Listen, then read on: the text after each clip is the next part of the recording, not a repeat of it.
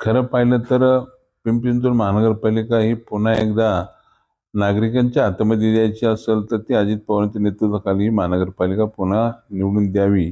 त्यासाठी अजित पवार याच्यामध्ये एक चांगल्या प्रकारे ताकद देतील याची मला खात्री आहे। कारण शेवटी गेली 15 वर्ष अजित पवारांनी या शहरावरती काम करत असताना एक चांगल्या प्रकारे पारदर्शकता आणि नवीन नवीन प्रकल्प, ग्रेट सेपरेटर, उड्डाण पूल अनेक त्या ठिकाणी या शहराला गती देण्याचं काम कोणी केलं ते अजित पवारांनी।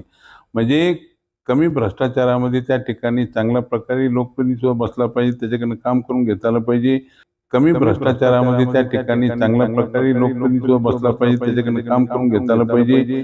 प्रशासन चांगलं असलं पाहिजे, ही आतुटी अजित पवारांकडून त्या ठिकाणी मी शिकलेलो आहे। कारण प्रशासनात मी काम करत असताना मी महापौर होतो, 10 वर्ष आमदार असताना सुद्धा त्यांच्या कार्यकाळात मी पाहिलेले आहे।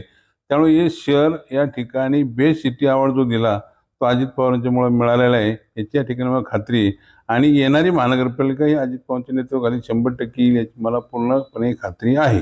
नाही, मला असं वाटतं की आता अजित गव्हाणेंच्या बाबतीमध्ये याच्यामध्ये मला माहीत नाही, आता ती तर नाहीत, राजस्थानला गेलेले आहेत। परंतु आता ज्या नगरसेवकांनी माजी नगरसेवकांनी अजित गव्हाणेंचं काम केलेलं आहे त्यांना पुन्हा एकदा उभारी देऊन, त्यांना ताकद देऊन एक सक्षम पुन्हा एक चांगलं काम त्यांना करावं अशी खात्री वाटली पाहिजे। तर ते अजित पवारांच्या गटाखाली त्या ठिकाणी त्यांनी यावं आणि काम करावं असं मला वाटतं।